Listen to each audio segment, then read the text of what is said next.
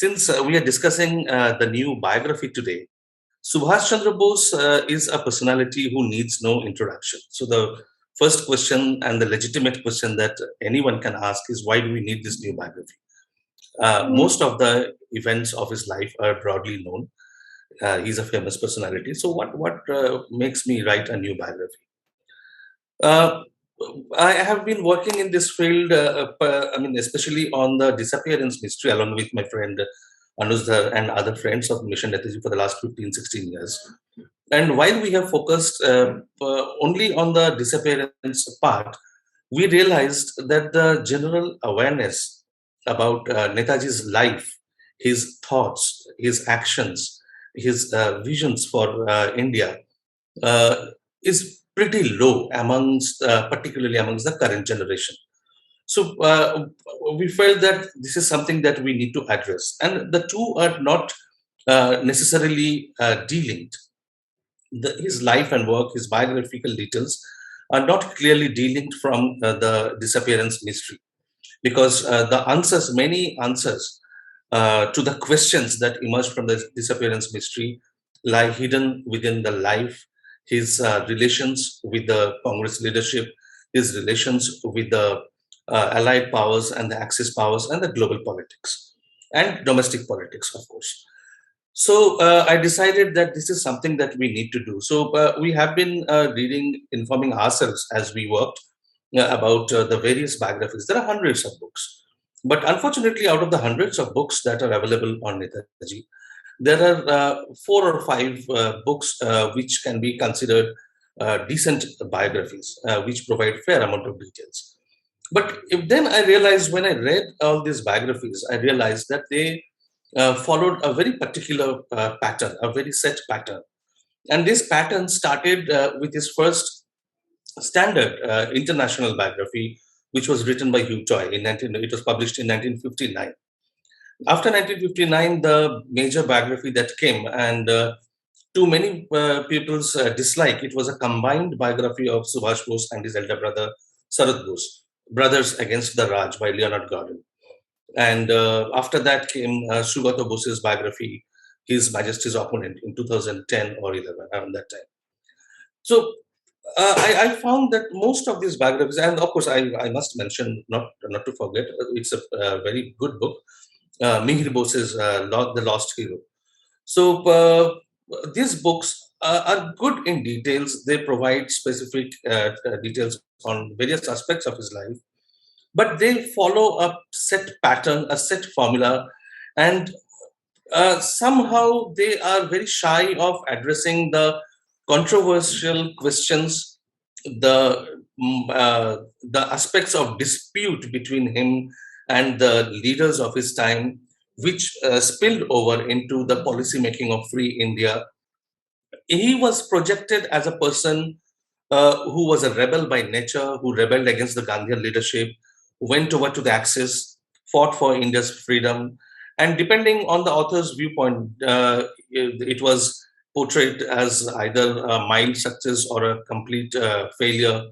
And there it stopped. I mean, there have been some speculations by some authors as to what could have happened had he come back to free India and had taken up the leadership. But there has been, I felt that some very critical issues were missing. They were not addressed properly.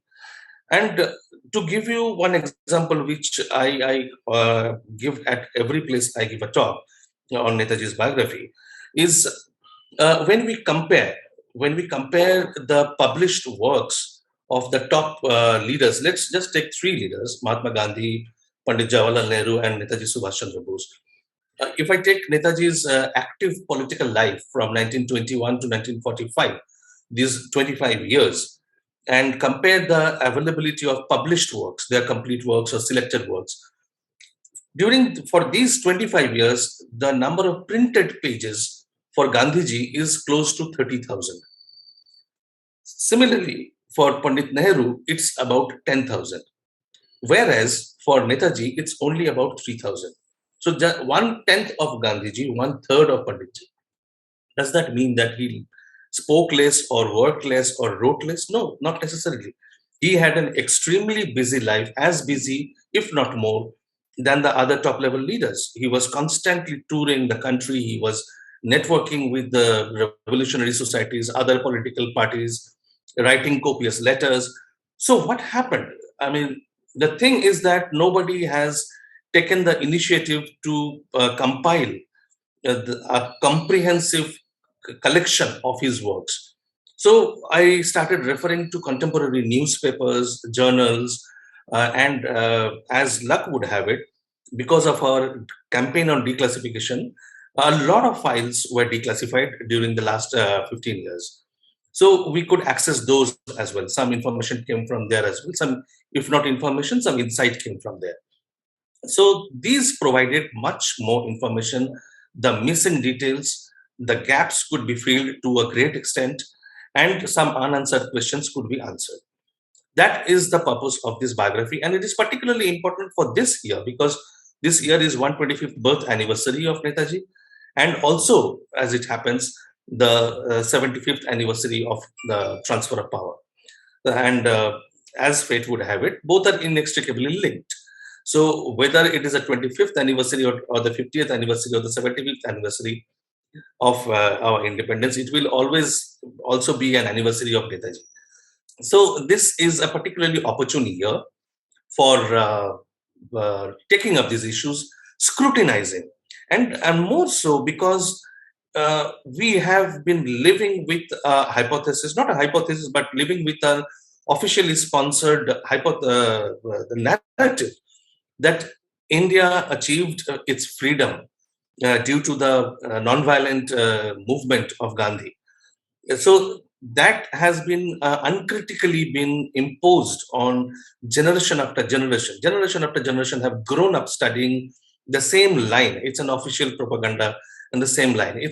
And I strongly believe now is the right time to challenge that narrative, because when we scrutinize the official documents, we scrutinize the views of the key people of that time.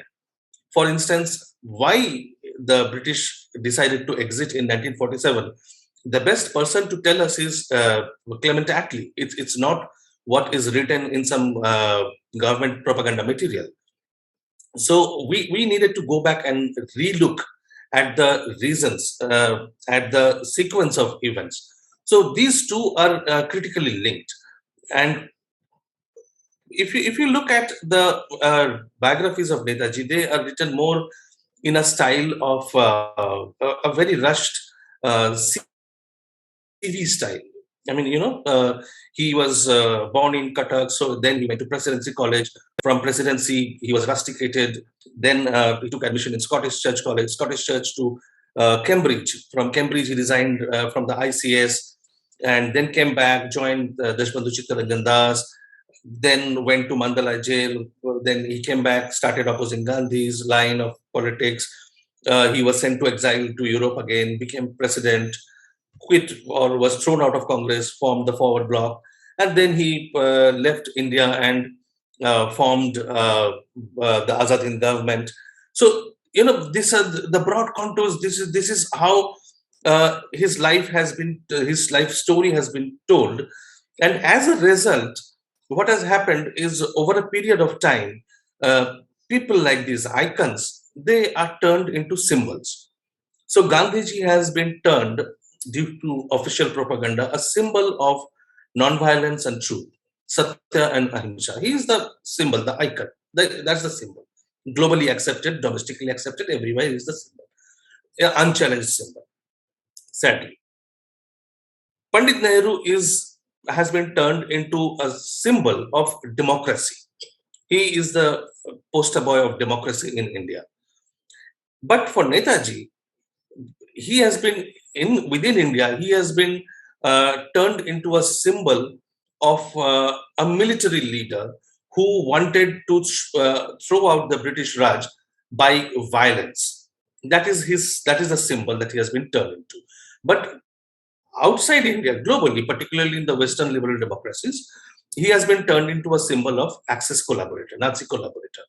So these symbols are highly misleading. And when we are talking, and also the problem is that when we discuss these symbols, we tend to treat them, uh, restrict them to the past, the history. What we tend to forget is that how we perceive these personalities, how we look at these personalities, and how these personalities influence our modern day politics, our modern day policy making, global outlook, and India's uh, domestic internal policy making and global geopolitical position. So we would make a very big mistake if we just treat these periods of the freedom movement only as past, and forget or ignore that they have a very big influence on our present day politics. So over the past 4 5 years, we have, or maybe 6 7 years, particularly since the UPA government had gone out of power and the NDA government has come into power, there has been a resurgence of personalities who were earlier ignored. And now, I mean, that is a good thing that many forgotten personalities have been resurrected. They have been brought back into the uh, mainstream narrative, discussion, debate. That should happen.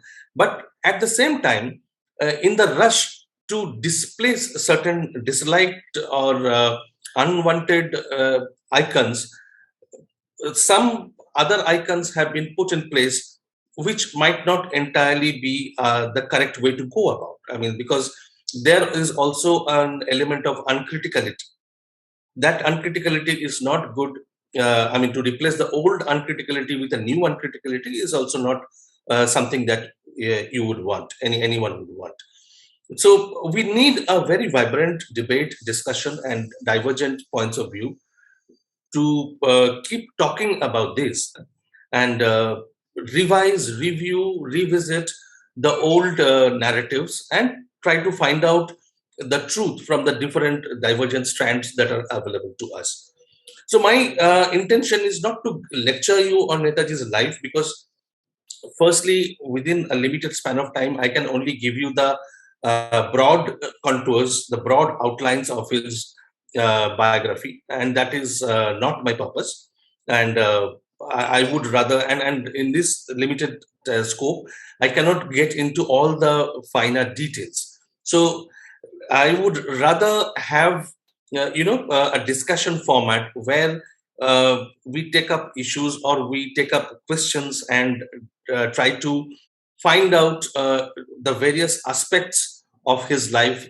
And I must make clear that in this biography, unlike other biographies, I have not touched the element of his disappearance. So this book stops on 16th of August when Netaji leaves Singapore.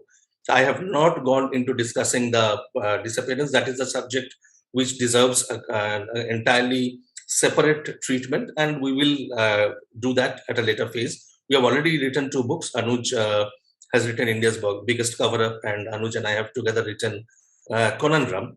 So probably we will try and figure out how to present a comprehensive view of those together in one publication, if that is possible. But that is a separate issue. In this book, in this biography, I'm not getting into that at all. The idea is solely to discuss the various aspects of his activities, his relations with the numerous revolutionary or radical organizations across the country, with the top leaders of Congress and other parties, and his point of view regarding the freedom struggle. Because when you look at Subhash Bose's life, you will find, if you study it carefully, you will find that he was talking a language of struggle, a language of political program, which was very, very different from the Gandhian language of the freedom struggle. Uh, Closest to him in terms of outlook and philosophy was perhaps Pandit Nehru. But the big problem, as we see time and again, is that while Pandit Nehru rebelled and sided with Subhash Bose in matters of principle, in matters of idea, but when it came to the matter of execution or implementation of a program, he always gave himself up to Gandhiji and sided with him. So there is a clear dichotomy. And there Subhas stands out with his program from the other icons, from Gandhiji, from Sardar Patel, uh, say Baba Saheb Ambedkar or Savarkar. You look at even the leaders of the Congress Socialist Party, I mean, who were not as big icons at that time, but people like Jayaprakash Narayan, the dynamics of relationship between these people are so fascinating that it needs to be today brought into the mainstream discussion and talked in much more detail, discussed in much more detail. This language of politics of Subhash has to be brought back. So that's the purpose of my writing this book, but that's only about the book. Today, I mean, this is what I would, where I would stop now, and I would rather have you ask specific questions and let the discussion flow from those questions. I'm sure, I mean, even though questions might be specific, we can elaborate and branch into other areas. Thank you so much, Chandrachurji. And that was a wonderful intro and a kind of overview. And the book is available on Amazon from February 21st. It's already available for pre-order, Yeah. and anybody who's interested might like to place your order. Yes, that's exactly what I was coming to, that it's available for pre-ordering. So please go to Amazon and pre-order your book, and it will be there with you from February 21st onwards. It's a pleasure to hear you, Chandrachurji. Thank you. I'm a big fan of writing of both you and Anuj Dhar. Thank you. And well, Boseji's life is a has been put under a lot of cloud and dust, etc. But there are very clear aspects which you have raised in your talk, and I'll restrict myself to that. First is if we compare Gandhi, Nehru, and Bose, because like you very poignantly and pointedly said with data, that 30,000 pages on Gandhi, 10 on Nehru, and only 3 on Bose. Whereas as leadership, they were almost their deal of equal stature. Somebody who could challenge and defeat Gandhi in his own backyard was not an ordinary leader. Somebody who could go and organize, support in places like Germany and Singapore and have 60,000 people marching behind them to die, as against Gandhi's horde, so what are the parameters on which we compare them? One is democracy. How democratic was Gandhi? How democratic was Nehru? And how democratic was Subhash Chandra Bose? We know from our experience that Gandhi was very undemocratic person, as was Nehru. And it may come as a shock to people because Nehru is considered a symbol of democracy, like you said. Now, I would like to know from you how democratic was Netaji Subhash Chandra Bose from your this thing. Time permitting, I'll have more questions, but I'll stop here. How democratic was Netaji in his working, in his life, in his approach to issues? Okay, fine. So, how democratic was Netaji in his life, in his sphere of work? Democracy, as far as principle is concerned, I have not seen any one single person who has refuted democracy as a principle or has argued for moving away from democracy or being the need to be undemocratic. Nobody has ever said anything like that. So, and so we have to judge from their actions. Now, if we look at the Gandhian paradigm, although I mean you made the statement that Gandhi was undemocratic, it he was a champion of democracy also. And if you look at his writings, his copious writings, voluminous writings in Young India, Harijan, and other letters that he used to keep writing, he always used to appear as very democratic. But my study shows me that he was indeed very democratic till the time his position was challenged. When his position was challenged, and it was a credible challenge, he could go into a closed mold and shut out others and come out with the threat that if you don't follow my point of view, if you don't follow my path, or my directions, I'm going to go out. I mean, as kids who play the games and then one of them gets annoyed with the others and say that I'm going to leave the game. It's my bat or my ball. I'm not going to let you play. It was something like that. And Gandhi, being the anointed dictator of Congress, and later not even a member, dictator without being a member, I think that's a model which has not been implemented or utilized in any other part of the world, where you don't belong to an organization, but yet you are a dictator of that organization. And so that way we saw Gandhi's behavior, his undemocratic reactions when first he was challenged by Deshbandhu Chittaranjan Das and Motilal Nehru, who formed the Swaraj Party in 1924, in 1923, end of 1923 and early 1924. So that was one. But what really rankled him was the victory of Subhash in 1939 Congress presidential elections, and the way he could garner support despite Gandhi's announcement in favor of Pattabhi Sitaramayya. That really put him off, and from then onwards till the end of 1940, he showed absolutely no compunction, absolutely no sympathy towards any democratic value as far as Subhash was concerned. So we see that when the 1939 Tripuri session of the Congress was going on, and everything was at the utmost crisis phase, and where Gandhi's presence at the Congress venue was absolutely essential, he chose to stay away for Satyagraha in Rajkot, a minute princely state, because suddenly overnight the Satyagraha in Rajkot became much larger for him than the national issue of settling the dispute between the primary national organization. So he chose to stay away. I mean, that was deliberate. And for those who are not aware, let me tell you that the Rajkot Satyagraha was a pathetic failure.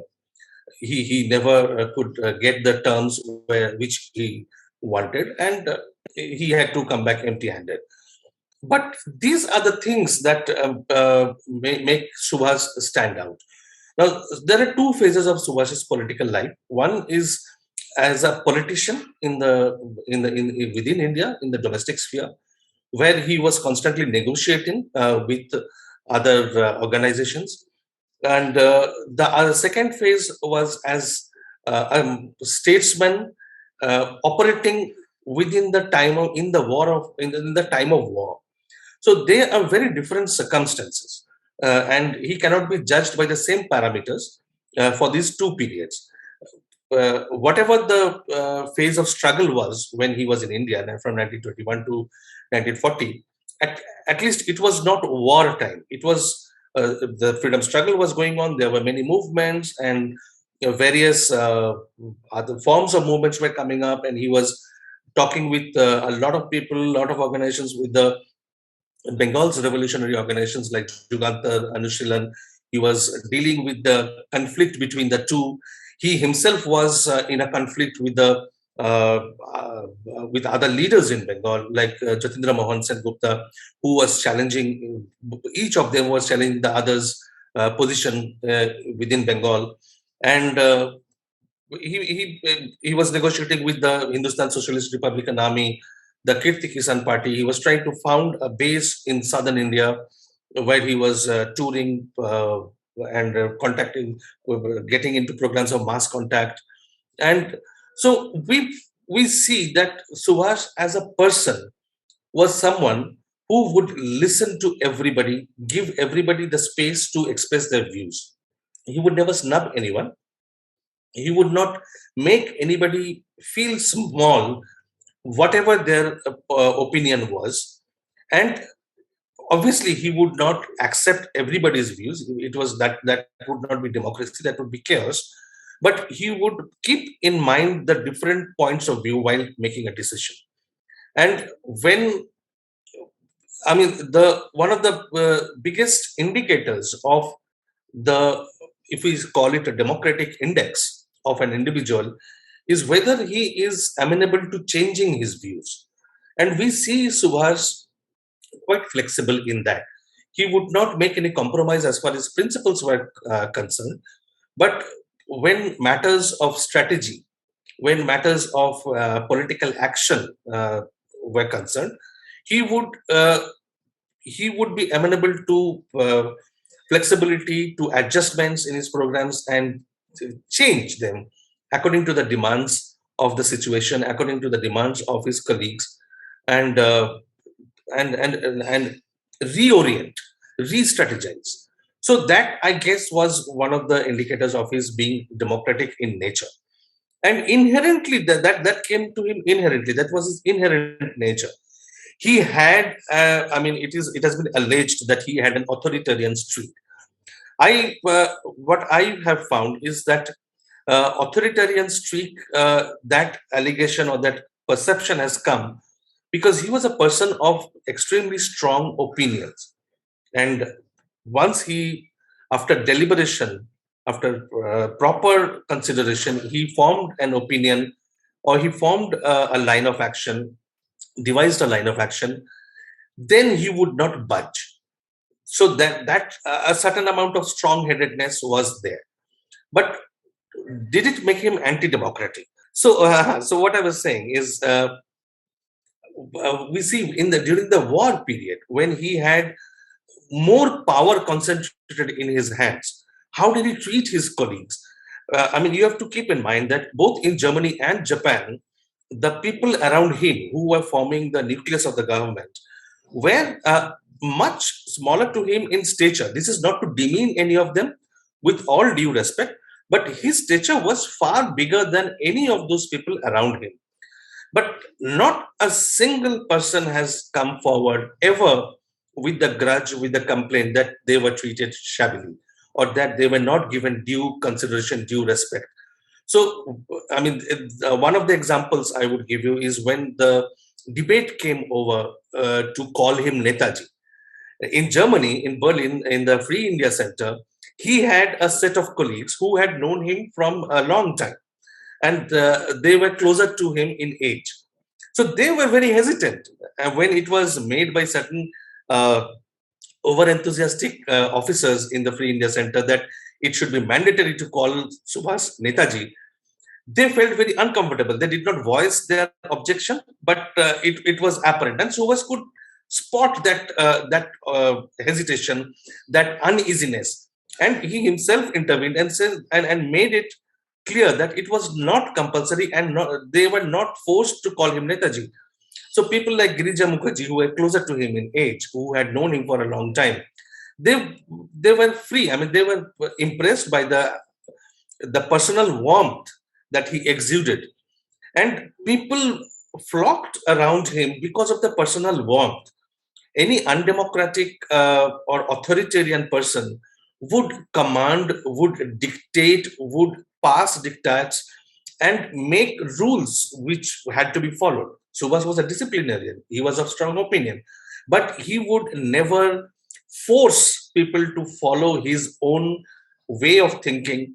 And again, if you look at the constant debates that were happening in the War Council, in the INA, in Southeast Asia, in Japan, in Singapore, in Bangkok, uh, he was constantly being challenged on military grounds. There were people who were militarily more experienced. So Mohammad Zaman Kiani, Shahnawaz Khan, even Habibur Rahman, they had more military experience that Subhash himself had. So Subhash would give them the due respect. He would give their views the proper respect that those deserved, and the war strategies would be modified with their inputs. But certain places where he would put his foot down, like if he made up his mind that he would visit the INA soldiers in the front, even at the risk of his life, there was nobody who could dissuade him. But I don't think that can be called an authoritarian streak. That is just the characteristic of a leader who is not afraid to put himself in the line of danger, in the line of risk, and even at the threat to his life. And multiple instances where there were threats to his life, and he would not step back. So I can think of these things. And another example I would like to give, where in the Greater East Asia Conference, where Japan's Prime Minister Tojo invited him as the leader of India.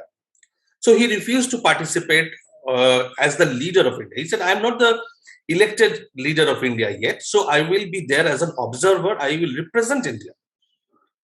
A number of times he expressed his opinion that, and this is another line of argument that is used against him, that he wanted a dictatorship in India, in free India.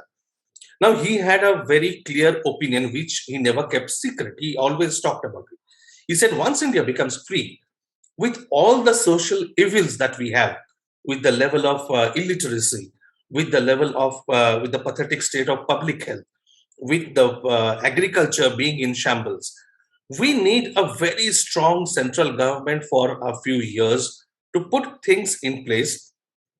And the kind of Western democratic institutions that we are looking at, we have to get people used to this, because institutions just imposed on people who are not used to them, they don't know how to negotiate with those institutions, will inevitably lead to crisis. And unfortunately, although there is a group of people who like to celebrate the anarchic democracy that we have, but I mean, these things come across in our everyday life, where we find that we enjoy the democracy around us, the democratic setup, but we have not learned yet, most of us have not learned yet to respect those values and the freedom that it affords us. So even I mean, he made it very clear that I think that there should be a very strong central government, but that is my views, that is my opinion.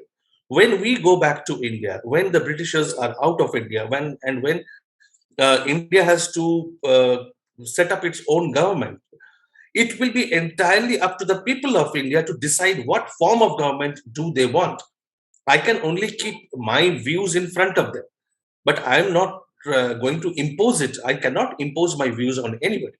So he was very clear about that. There is no doubt, and there are enough number of recorded speeches and his writings which reflect this. So that, as far as democracy is concerned, that's what, in brief, I would say, Subhash Bose. Thank you, Chandrachudji. I was looking forward to more like details from you and then questions, but since you have given this format, that's fine as well. So at the outset, I would like to say that I am very emotionally attached to Netaji's memories and everything, because my grandfather was a foot soldier in the INA. Oh, wonderful. Back in the day when he was very young. He was in Singapore at the time. How nice. Wasn't married or anything. And he was from Kerala. I'm Malayali. So without even understanding language or anything. So what you said is so true, that the way his speech there, disconnected, he signed in blood, joined, was almost thought of as dead till he came back. So we have the Tampatra in our ancestral home. And I've grown up hearing these stories. So even though he was a foot soldier, he actually did say exactly what you said, that Netaji led from the front, this last point that you said. And he's one of our most unspoken of and almost like disrespected heroes all these years. At least thanks to Modi ji government being in power, some attention he's getting, and that's much overdue. And also authors like yourself, Anuj Dharji, and everyone. My question is, because your book is specifically about the whole German interaction. So what we have read in the past is that actually Netaji was not enamored by Hitler or anything like that. He wasn't sort of like, he was conscious of Hitler's, failings, his faults. He did know that. It's just that given the time, he needed to make certain strategic decisions and partnerships, because he was a world leader like none other. I don't think we've ever had a leader who's that global as Netaji Subhash Chandra Bose. So that is what we have been led to believe, and also because almost all of us, I think, have this talk are Netaji fans, I would say. So we would look at it that way. So my question is, when you were doing your research, were you able to come across a substantive amount of information in that direction, saying that actually what Netaji was doing by aligning with the Axis powers is he was conscious of their failings, their wrongs, whatever they lay ahead, but he didn't move his, or is it like sort of like how we have a cancel culture now? This is what I'm curious about. That's not written about. Because what we definitely know in India is that Nehru was so pro-communism and Stalin was a much bigger mass murderer than Hitler, which very few people in India even know.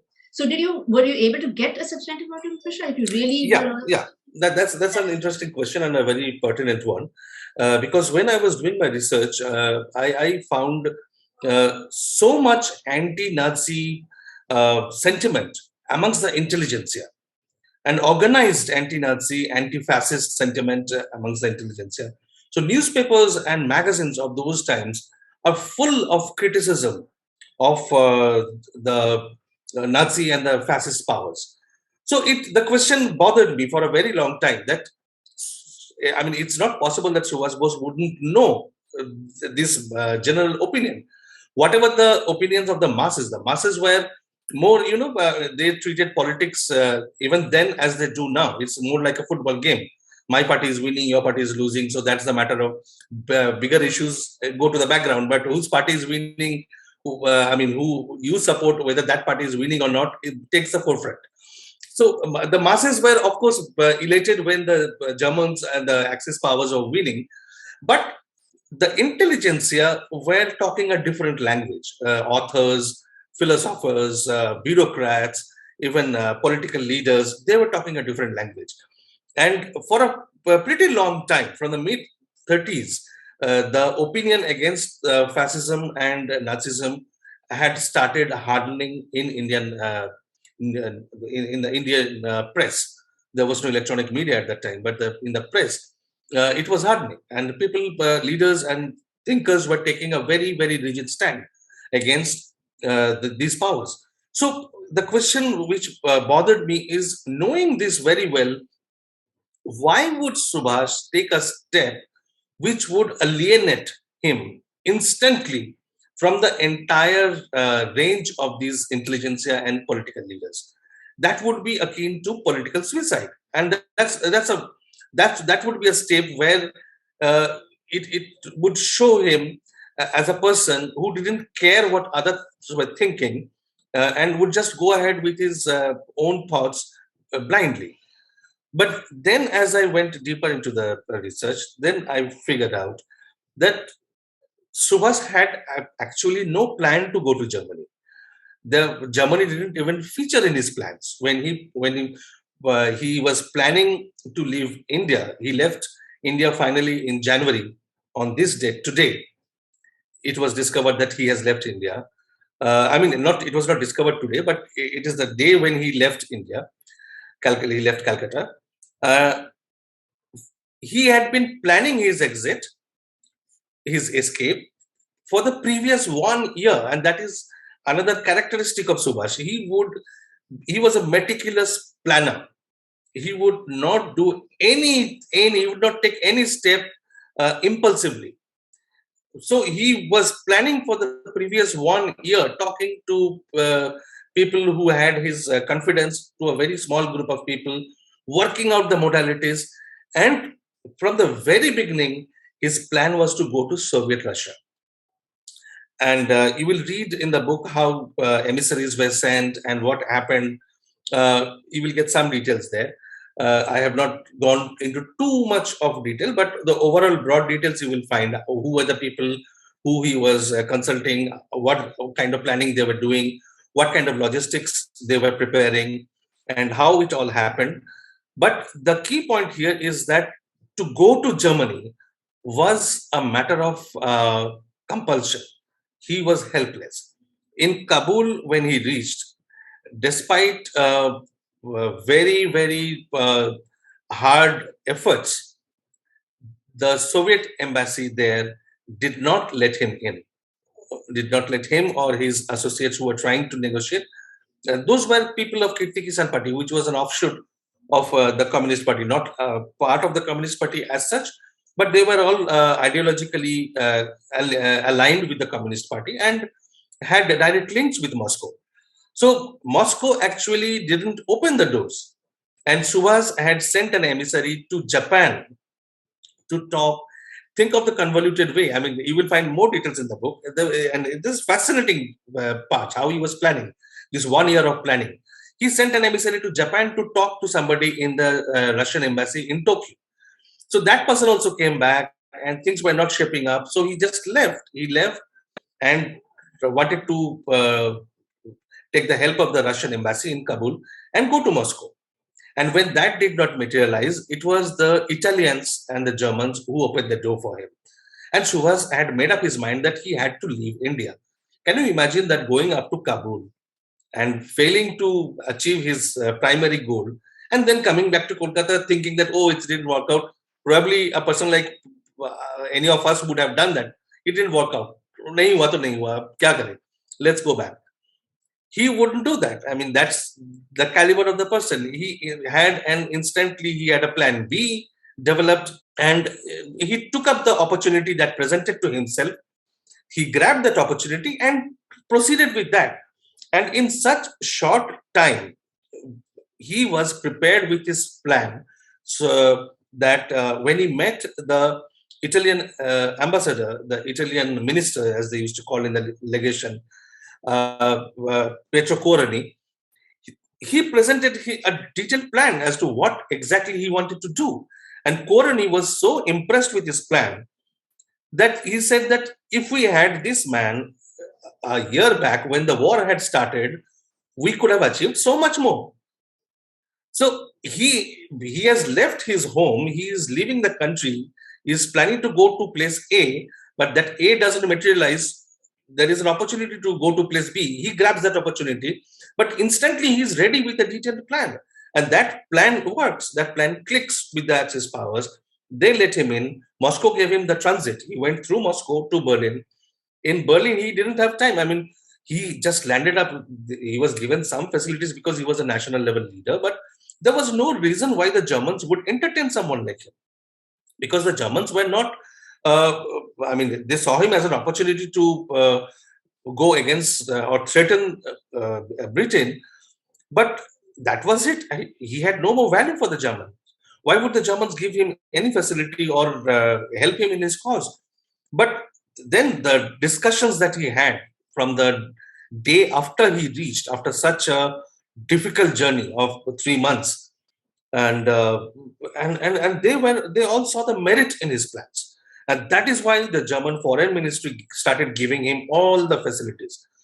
He was given the status of uh, not an ambassador, higher than that, and diplomatic status. His office was given diplomatic status, and all facilities were given to him. So that is the thing. I mean, he never had to contribute, or he never had to agree with the German plans and everything. So when the Germans attacked Russia, he didn't have to be a sycophant and tell them, okay, you have done what you had to do and it's okay, we'll live with. He wrote a letter which was extremely strongly worded for a dictatorship, for a Nazi regime. Getting such letters was not the standard thing.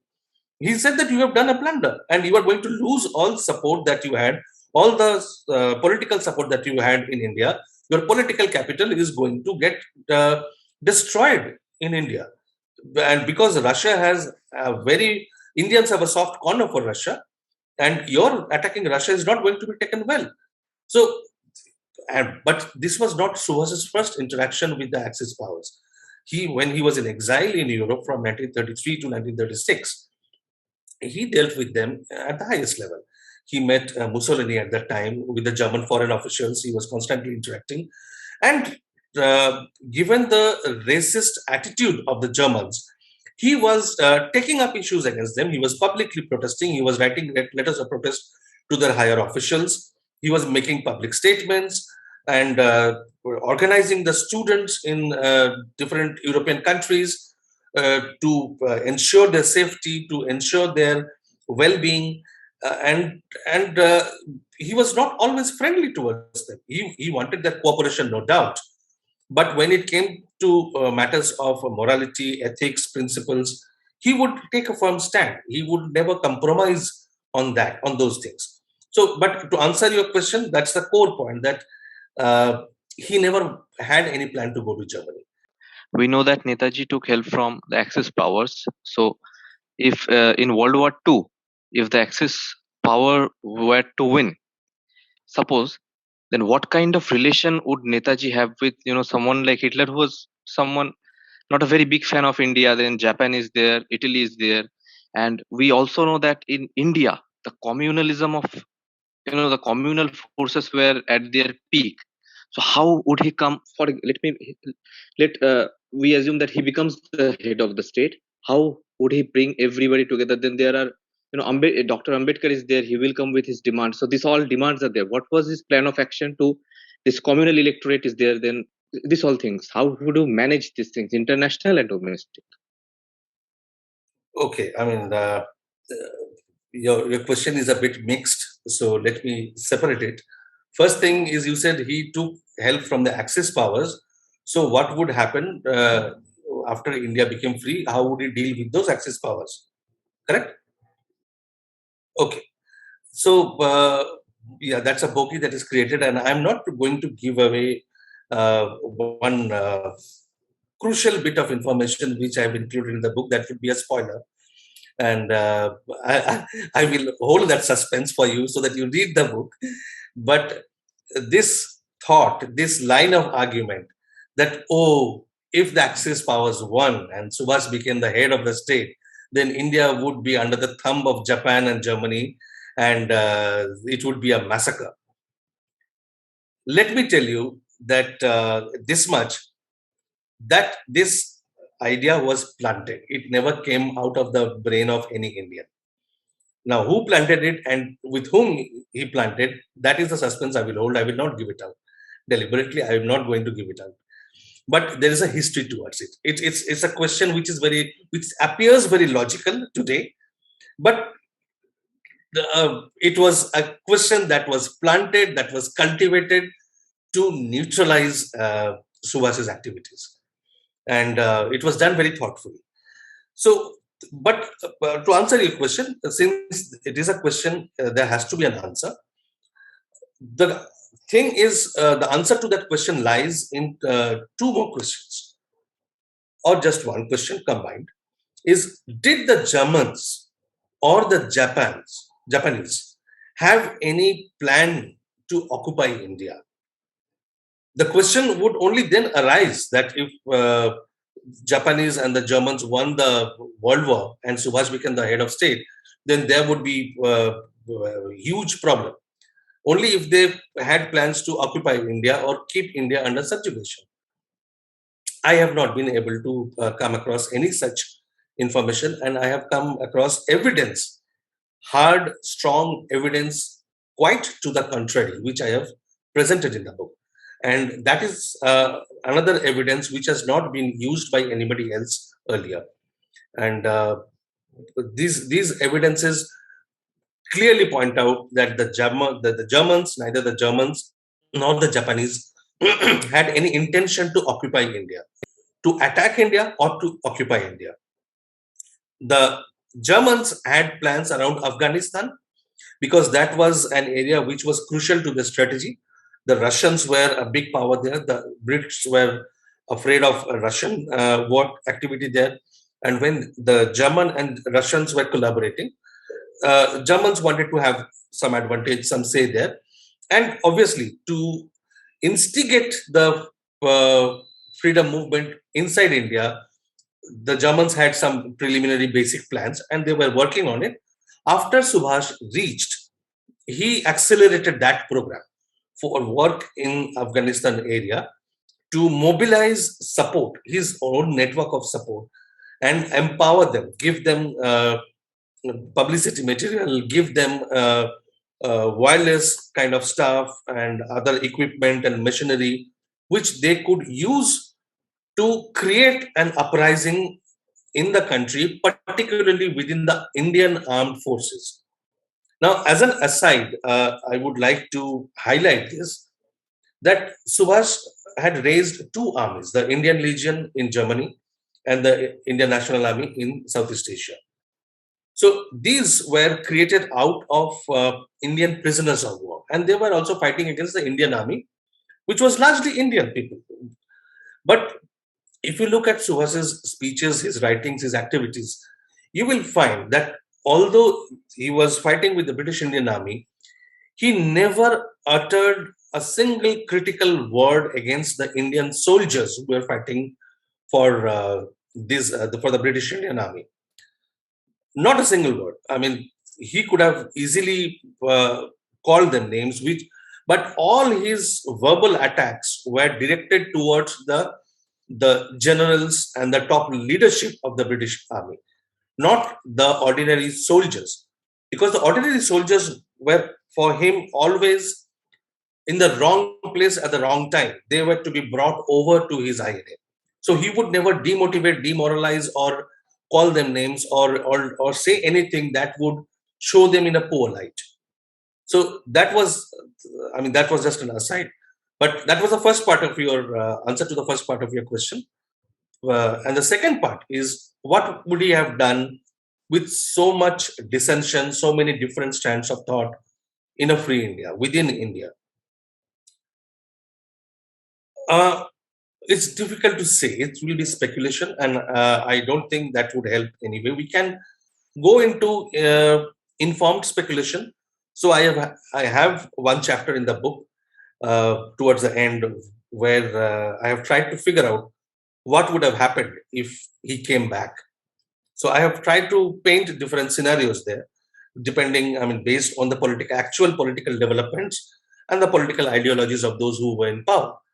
But to answer your question, I will use the attitude of these different leaders towards Subhash when they spoke about it. So when you talk about Ambedkar and Subhash met in 1940. They had some discussion. Subhash wanted Ambedkar to join forces with the forward bloc and attack the British government, but it didn't work out. And there was no time at that time in 40. He didn't have much time. He was soon after he was thrown into jail in early July 1940, and then he left the country. And I think he met Ambedkar sometime in May or so, around that time. So things didn't work out. But Ambedkar was very gracious when he spoke with the BBC and gave a radio interview to BBC. He was very clear that the freedom of India came due to Subhash Bose. Now, for a man of Ambedkar's stature or his thinking prowess, he would not make a simple, unthinking, uncritical statement like that, just to please, because there was no political benefit in making such a statement. So it was his considered view, it was his considered opinion. So he had a good opinion, good view about Subhash. Same goes to Savarkar. Savarkar and Subhash had different politics. And Subhash mercilessly criticized Savarkar's politics. But I would invite, of course, there is a surprise. There is a very big surprise which you will find regarding Subhash and Savarkar relationship. Because as I said, that there are so many unexplored aspects of Subhash's life that his biographies have remained incomplete. So I stumbled upon something which have not been explored previously or analyzed previously, and that was a very, very big surprise for me. So although Subhash was criticizing Savarkar, from Savarkar, I have not been able to find any adverse comment towards Subhash. I came across some statements made by the daughter of Lakshmi Swaminathan, Suhasini Ali, who is a communist leader now. She ascribed certain statements to Savarkar as being against Subhash. But the problem with this kind of people is that they never substantiate their claims. They will never give you their sources. They will make a statement and then run away. And so it's not acceptable as a proper evidence. But otherwise, I have not been able to find any adverse comment towards Subhash from Savarkar. On the contrary, when Subhash left India, Savarkar gave a statement a few days later, wishing him all the best. He said, wherever Subhash is, I pray to God that he is in best of his health and he achieves the objective with which he has gone out. So if there was much bitterness and personal animosity, he would not say that. And towards the fag end of his life, Savarkar gave a very big, detailed interview to Organizer and the RSS mouthpiece, which you will find the complete interview, you will find quoted by Vikram Sampath in his second volume of Savarkar's biography. There, he very clearly states Subhash and the INA as one of the two or three reasons which led to India's independence. So these are the two different strands. Now, the other strand, the revolutionary societies, and unfortunately, much of the revolutionary societies revolutionary leaders, had either gone over to the Communist Party or they had gone over to the Gandhian wing of the Congress, particularly in Bengal. So with that segment, he would have definitely had would have problems, and it's a matter of speculation how he would have resolved those differences. But given his popularity, and I mean, just imagine the kind of outburst the country saw with the trial of three officers of the INA. Now, imagine in that situation, if Subhash himself came back, what would be the extent, the level of public reaction? I think it would not be an exaggeration to say that everybody else would have been washed out in that public exuberance. So, in that position, his starting point would have been a very, very big advantage to him. And that would give him the level of popularity where he would be in a position to dictate terms or set the agenda and bring others on on the same platform. Of course, everybody would not come with him, and it was not necessary either. Because in a democracy, you need to have an opposition, you need to have opposing points of view.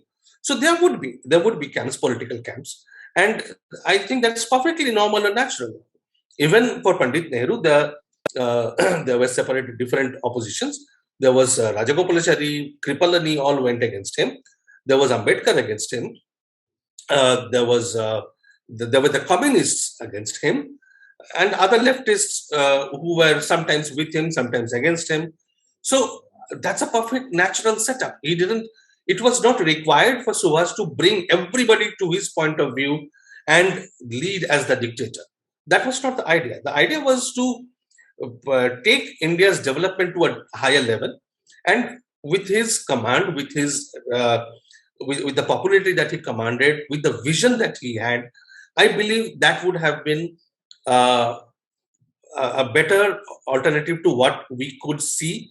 Because first thing, he would not compromise with the British Raj to sneak through transfer of power at any cost, at such a humongous human cost. The cost of human lives is often what we forget for sneaking in that transfer of power somehow to get power into the hands of a few Brown Sahibs.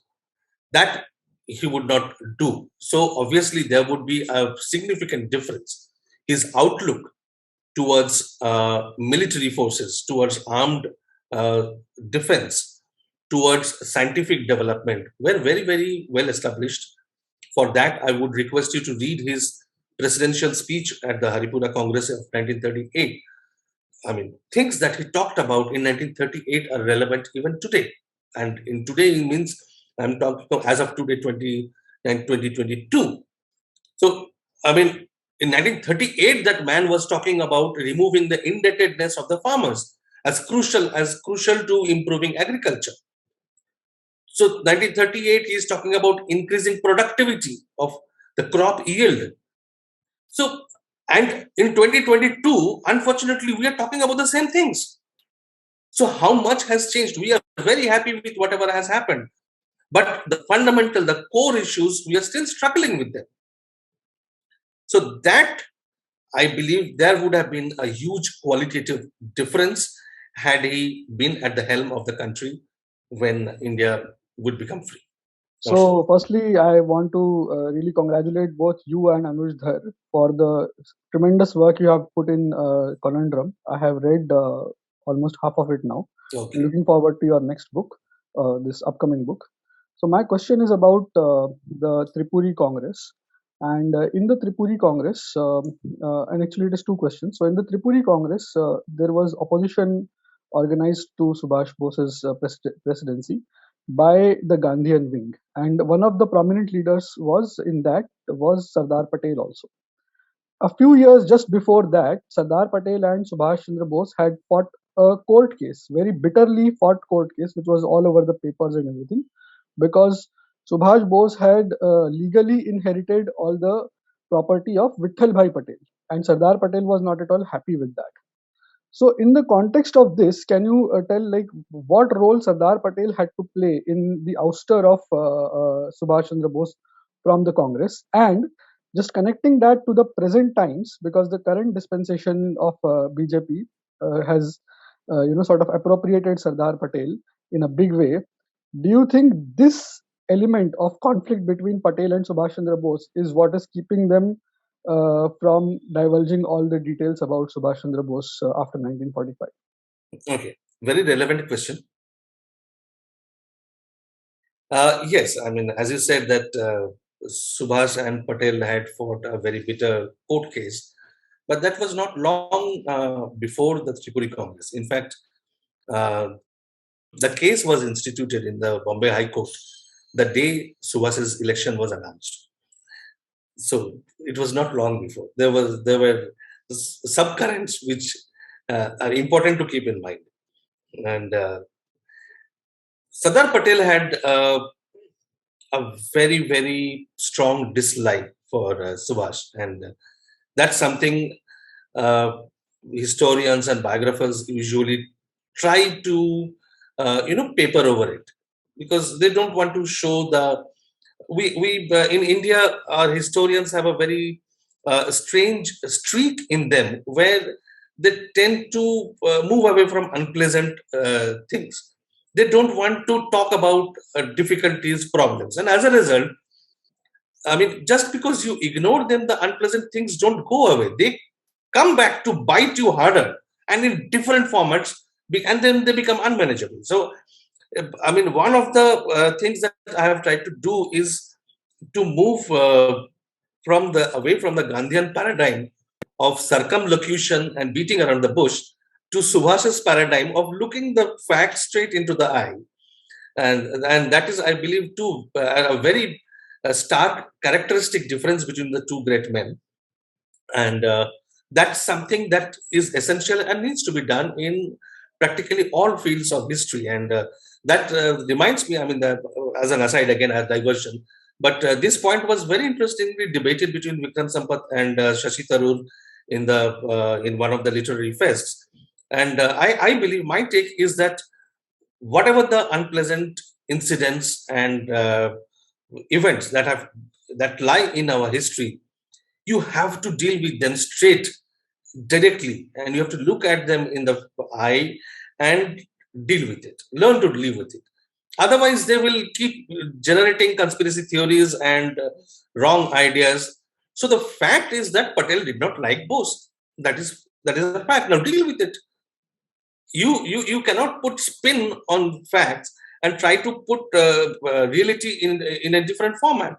So, I mean, just a few days ago, I received a lot of flack from right-wing supporters who are now supporters of Sardar Patel, because I uploaded a documentary video on my YouTube channel showing actually, with the help of archival documents, that in 1948 and 49, when the All India Radio wanted to do commemorative programs on Netaji, Sardar Patel intervened, put his foot down and said that, no, you cannot do this.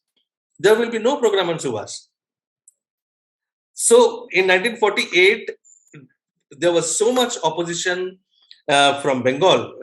Dr. Bidhan Chandra Roy was the chief minister. Dr. Bidhan Chandra Roy did not have any great love for Subhash either, but he had the political compulsion, because at that time, Sharad Bose was emerging to be the face of the leftist organizations, political parties in Bengal.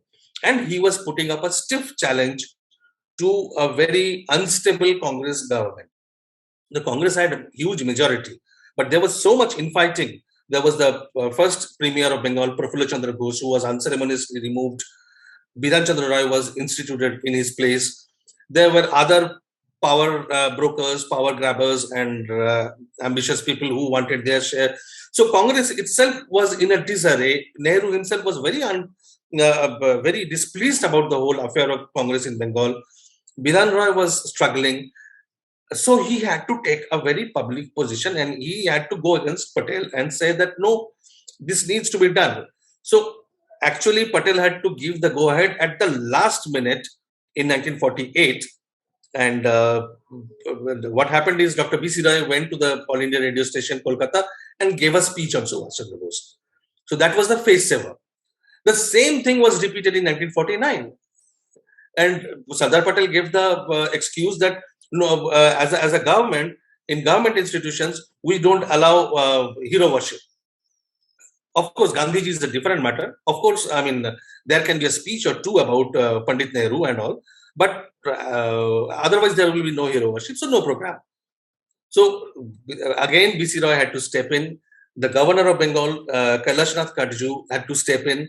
And because of the All India Radio station director wrote a letter to the Home Ministry saying that please do something about it. Otherwise, there is such a huge threat of public disturbance. People are going to attack the All India Radio station in Kolkata. So the government said that you deal with it. Let the state government deal with it. It's a law and order problem. So that was the attitude. And because of the public pressure, the government had to give in again.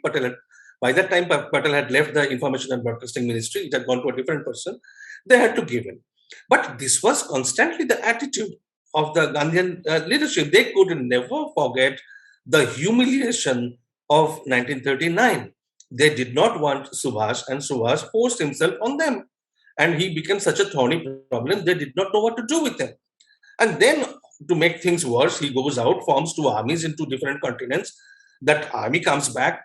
Despite their unwillingness, despite their adherence to ahimsa, they have to somehow eulogize a violent force, an army, the worst of all, and they don't know what to do with Subhash. So Sardar Patel writes a letter to the Chief Minister of Odisha that say whatever good things you want about the INA soldiers, but please keep in mind you don't have to eulogize their leader.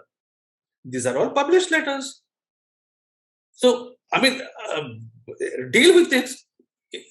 Deal with it. I mean, just because the right wing has chosen Sardar Patel as the icon, I mean, there is no compulsion on people like us to sweet talk their relationship. It was bitter. So, I mean, that's the thing. That's the status. Okay, first, many congratulations for your upcoming book. Thank you. So, my question was Netaji influenced by Karl Marx and his way of communism, or was he in favor of private ownership of means of production, private business, or something like that? So what was his economical viewpoint on that? Of course, I mean, see, one thing about Subhash Bose was that he was very well read. He was an erudite person. He was not the typical Indian politician who you see around, half read and half informed. Don't forget that he stood fourth in the ICS, and he was an extremely meritorious student all his life. And he had read, he kept up with his habit of reading, catching up with political thoughts, updating his information. And even when he used to be in jail, there used to be books supplied to him, like hundreds of books used to be supplied to him, which he would read, sit in the jail and keep reading. And so he was a very well-informed person. And Karl Marx, Lenin, these were people, of course, they inspired him. I mean, there is no question about it. He assimilated their thought process, their views and all. But when it came to India, his economic model was that Indian socialism had to be different from the socialism sponsored by Moscow, from the communism sponsored by Moscow. Indian socialism has a root, his view was Indian socialism and Indian democracy have their roots in 1,000 years of history. So we have to bring those back. We have to assert those values. We have to rediscover those legacies and bring them back into public life. And also economically, of course, he was a leftist and he favored state control for means of production. And that was the most natural thing to do at that point of time when you have a huge population, a country with huge population, with abject poverty, people with no access to facilities, no education, no industrial production. So the first thing he did when he became the president of Congress was to set up the planning committee, the National Planning Committee, which later transformed into the Planning Commission. Now, the Planning Committee's foremost task, objective was to plan for industry, development of industries, large industries, and there his position was strictly not about public ownership of these industries. Of course, there was place for private ownership, and he appealed to the Indian entrepreneurs at that time to take advantage of the fact that out of 11 provinces, 8 provinces had Congress governments. So he clearly told them that we are making policies which are favorable to you. You should take advantage of these policies and set up your production facilities in different parts of the countries, develop, augment your capacity, create new industries, and India needs to develop industrially. So it was not that he was rabid about, he was not fanatic about state control and private ownership. He was not inherently opposed to private ownership. So obviously the Tatas and all, they were constantly negotiating with, discussing with him. There were other industrialists who were talking with him. He was giving them a broad policy guidance. And in his planning committee, there were industrialists, private industrialists as members too. So it was not hard and fast. There was no dichotomy. There was no division that everything has to be state owned or everything has to be privately owned. It was a mix, as I said at the very beginning, that economically speaking, Jawaharlal Nehru and Subhash Bose were pretty close as far as the economic thinking was concerned. But probably Subhash was a bit more adventurous, a bit more forward-looking, and open to experimenting and kind of reformulating his views depending on the experience gained. So that was kind of, I mean, in brief, in a nutshell, his economic view. K.R. Patel says, so could you please talk about one doubt about Subhash Babu, that he was called war criminal in so-called letter by Nehru. Is it true or not? Because online they say that it's very confusing. Some say the letter is correct, some say it is not. So he wants a clarification on that. Okay, yeah. This comes as a the origin of this theory about Netaji being called a war criminal by Jawaharlal Nehru is one person who belonged to Meerut, and that person came as a witness to the G.D. Khosla Commission, which was investigating the disappearance of Netaji. So Khosla Commission operated from 1970 to 1974. Now Shyamlal Jain, this man from Meerut, one day he comes to Khosla Commission and says that I worked as a stenographer to Pandit Nehru and someone else, I'm forgetting the name at this moment, during the INA trials. And there, one day, once the office work was over, Pandit Nehru called me and asked me to type a letter. And this is the letter he asked me to type. It was a letter to Clement Attlee, informing him that your war criminal Subhash Chandra Bose has been allowed by Stalin to enter into Soviet Russia, and this is a clear breach of agreement between the Allied powers, and I request you to take appropriate action. So this was a verbal account given by Shyamlal Jain under oath, of course, to G.D. Khosla. And it was found in the typed sheets of the Khosla Commission's proceedings. No corroborating evidence has ever been discovered anywhere, neither in the British archives, nor in the Indian archives, nor in the private papers of Nehru. Of course, there are many private papers of Nehru still under wraps. And so it is difficult to say how true this is. But on the face of it, it is just a claim by one person and without any corroborating evidence. So even if anybody likes to believe it, too much weight cannot be put on such claims. We have to kind of discount much of these claims. Thank you, Chandrachudji. One other question is from Sukesh Chadha-ji. Sukesh-ji says, we all know about the famous meeting of Netaji with Hitler. It is also a matter of fact that Hitler was responsible for the genocide of millions of Jews. How much of this inhuman act weighed heavy on Netaji's mind? And the reason why he's asking this question is that this question came up during a discussion between him and a German friend of his. And so he could not answer it. So he wants an answer from you on that. Okay, two things here. Firstly, the broad treatment, the inhuman treatment or the cruel treatment by the Axis forces towards the prisoners of war was broadly known. It was not a surprise. It was not a secret. Genocide, that mass-scale murder of Jews, of Poles, that was not known at that time, not even to Subhash, because he was living in a very restricted environment where these kind of activities or news were not passed on. He was dealing with the foreign ministry, particularly with the foreign ministry of the German government. He met with Hitler, but there is no reason why Hitler would discuss this kind of stuff with him, and nobody else did. And this, despite the fact that it is very important to know and critical to remember that the Free India Center, which was the nucleus Indian government in exile, was supported, run mostly by Germans in the foreign ministry who were anti-Hitler. And many of them were rounded up and hanged or fired and killed, basically, for their anti-Hitler conspiracy. So Netaji's main supporters in the German establishment were anti-Hitlers.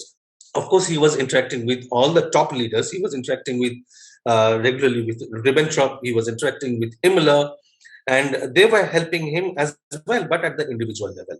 There was no Subhash was not involved in any particular manner with the policies of the German government, and there was no information also.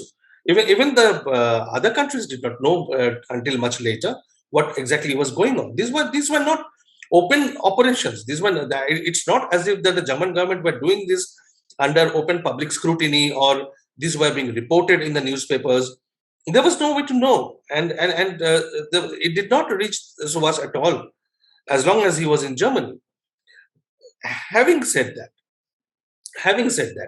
there is a parallel of Indians, because this question was faced even by Subhash himself. This question was thrown to him by a Jewish friend of his when he was in Europe in 1934, around 1934, 1935.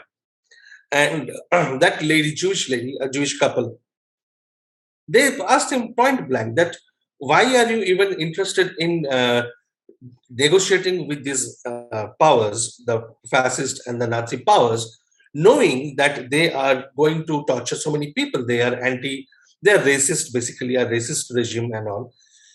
Subhash's answer was that back home in India, the regime under which millions of Indians are living is no less racist. And when it comes to choosing, I have to put my national interest above everything else. And that is a principle which he made clear. Not many people noticed it, but he made clear in his presidential speech in the Haripura Congress in 1938. He said very clearly that it is not our concern what is happening domestically within other countries. It is their problem, their concern. Our problem is to attain freedom. Our problem is to get help from international powers.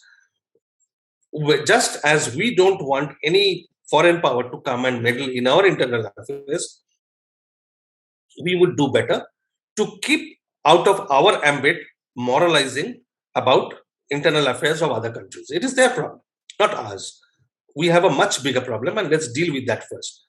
Rather than talking about global peace and let millions of our countrymen be butchered, let's get our freedom first. Because when millions of people die of hunger, the people who were responsible for those deaths, people, you have to see the photographs to believe them, of the Bengal famine of 1942-43, millions of people dying out of sheer hunger and privation. That our Congress leaders did not hesitate to negotiate with the same people who were responsible for the perpetration of those crimes. Those people were not tried. The people who fired upon our own countrymen, the Congress never hesitated to negotiate with them, to come to the table with them. So where is the question of moralizing in terms of national interest coming from? National interest is supreme. That was his philosophy. And all those people who collaborated with the British Raj, because of whom the British Raj could exist for nearly 200 years, they lived with the elite privileges. They continue to live with the elite privileges. They were never questioned. So where is the question? Where is this pinprick of conscience? Where do I find it amongst the leaders when they put these very same people in positions of power in free India? So it cannot be selective. If you put national interest, because Subhash was clear, he was putting national interest above all. But for those who are questioning, they have a lot to answer for. Chandrajoti, the first question had nearly the longest answer from you. I must congratulate you on how brilliantly you answered the very fact which is raised against Netaji, which is that he was a rebel, whereas your first question's answer can be an essay in itself as to why Netaji was not really the rebel in the sense he's portrayed. I'll come to the second point of Netaji's personality as contrasting against Gandhi and Gandhian pyramid which was there in the Congress, which was the principle of non-violence. Now we know that Gandhiji participated as a non-combatant in Boer War, which was a very brutal war against the Boers by the British, where the elderly and the women were not only killed, but they were left to die on the road also by the British forces.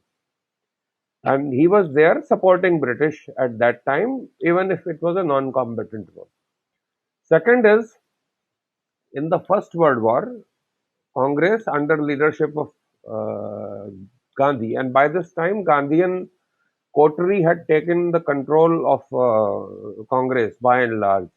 Bal Lal Pal were sidelined nearly.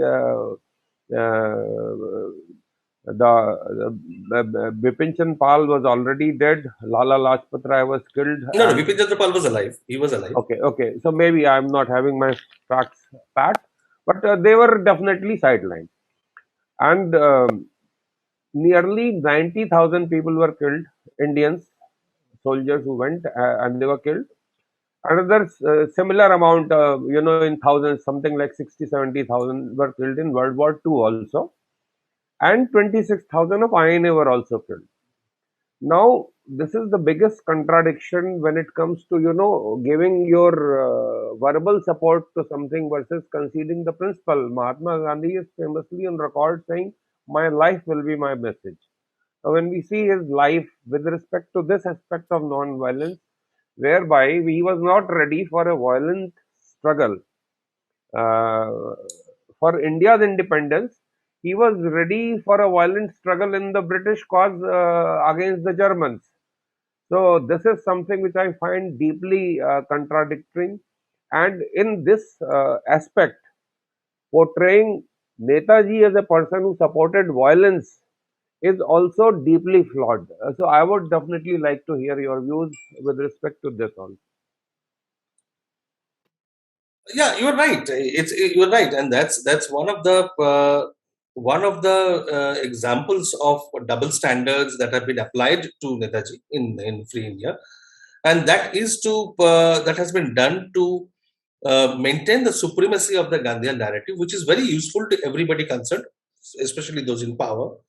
It is useful to the bureaucracy, it is useful to the politicians, and it is useful to the earlier colonial masters because there is various reasons. I would not go into those reasons right now because those are a bit off topic. And but it what it did is it gave the Britishers an honorable exit. It helped uh, to paint a very friendly and brotherly picture that the Gandhians sat in Dharna. They sang prayer songs. The Britishers' conscience awakened, and then they said, "Okay, brother, I mean, we have ruled over you for too long. Now it's time for us to go. So bye bye. And here is your power. Handle it, and we are going." So that's the kind of nice little sweet picture that has been painted, whereas the reality is completely different. So my question, whoever argues that it was Gandhian movement that compelled the British to leave India, my question is always that tell me the name of one Gandhian movement anywhere close to the transfer of power. The last Gandhian movement, which actually Gandhi himself led, was the civil disobedience movement of 1932. After 1932, the only movement that he wanted and tried to lead was the Quit India movement, but there was no way he or any Congress leader could do that. All of them were packed to jail within a few hours of its declaration. And it became from a Gandhian movement to a completely un-Gandhian, non-violent, un-Gandhian violent movement. And that is what made the mark. Gandhi disowned that movement. So if any credit at all has to be given to Quit India movement for India's freedom, which I would argue is erroneous. The Quit India movement did not influence the British at all to leave India. The movement was dead within a couple of months, and whatever time it existed for, it existed in the underground, led by the leaders of the Congress Socialist Party and the radicals in the Congress, and it was a violent movement. So Gandhi himself washed his hands away. The only movement anywhere close to the transfer of power was an autonomous one. It was not led by the Congress. It erupted on its own and made the British government nervous. To what extent, I have gone into great detail to show from official documents to what extent the British Indian government and the British government in London were nervous. The British Indian Army, the British military leaders, the generals were nervous because of this spontaneous movement around the INA trials. And then, as the INA trials are getting over, not yet over, as they are coming to the close, there erupts revolt, a mutiny in the British Indian Air Force, the Royal Indian Air Force. There is a mutiny in the Royal Indian Navy, one after the other. There are repercussions. And what happens when Royal Indian Navy goes into a mutiny? It is condemned by Gandhi. Patel rushes into Bombay, asking the mutineers, the officers of Royal Indian Navy, to step down to bring the mutiny, the revolt, to a close. Pandit Nehru issues a statement saying that they cannot support it. So instead of leading these kind of movements, they were actually busy putting them down, helping the British to put them down. So where is the movement? Forget Gandhian. they were not even supporting any other movement. So that is the actual scenario. That is the truth, and be told, and that has to be brought out. And my question is, sir, जो independence के बाद जो Indian army में जो colonisation हुआ है, या फिर जो उसके पहले भी जो कोलोनाइजेशन था, उस पे अगर आप कुछ बता सकें, और अगर नेताजी सचमुच होते अगर उस समय, और प्राइम मिनिस्टर अगर बन चुके होते नेहरू की जगह, तो उनका क्या स्टैंड रहता है इसकी ओर? नहीं, ये तो मैं पहले ही बताया, पहले मैं एक सवाल के जवाब में ये बताया that had he become the prime minister, definitely there would be no backdoor negotiations with the British government, and Bharat Hindustan आजाद होने के बाद उसके हेड में उसके commander in chief would not be a British officer. Till 1949 we had a British officer as the army chief. Till 1955 we had a British officer as the chief of the air force.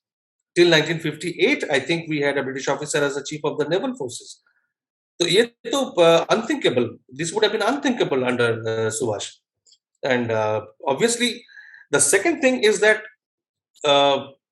you have to consider, which I have touched upon in the book, is about the INA soldiers. Subhash's idea when he formed the INA is that it would form the core of the army in free India. But what in reality happened is that all those soldiers were shunted out by the Congress Party under pressure from the British government.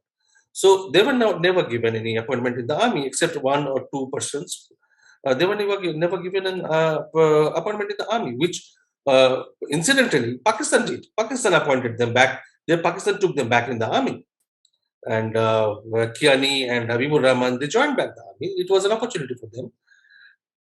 So that's the thing. I mean, there would be no smell even from the farthest level of colonialism in India had Subhash been there. So there was no question of any compromise. There was no question of, I mean, we have shown in Conundrum in our earlier book, Anuj and I have written about it, as to how the Intelligence Bureau in India was reporting to the MI5 about its own intelligence gathered within the country till 1968. Most Indians are not even aware of this, and it was never, Indians were never informed about this arrangement. This information came out from the British sources. Indians, our leaders, our bureaucrats, our governments never told us about this thing. So can you even imagine a situation where the Intelligence Bureau is reporting to the MI5, and one officer of the MI5 is stationed in New Delhi to act as the conduit, as the liaison officer between the two agencies? So when we talk about freedom, there is so much of, as I said, the Gandhian paradigm of beating around the bush, circumlocution, sweet talking to cover up the bitter and inconvenient aspects. These things would have blown up. This wouldn't have been possible had he been there.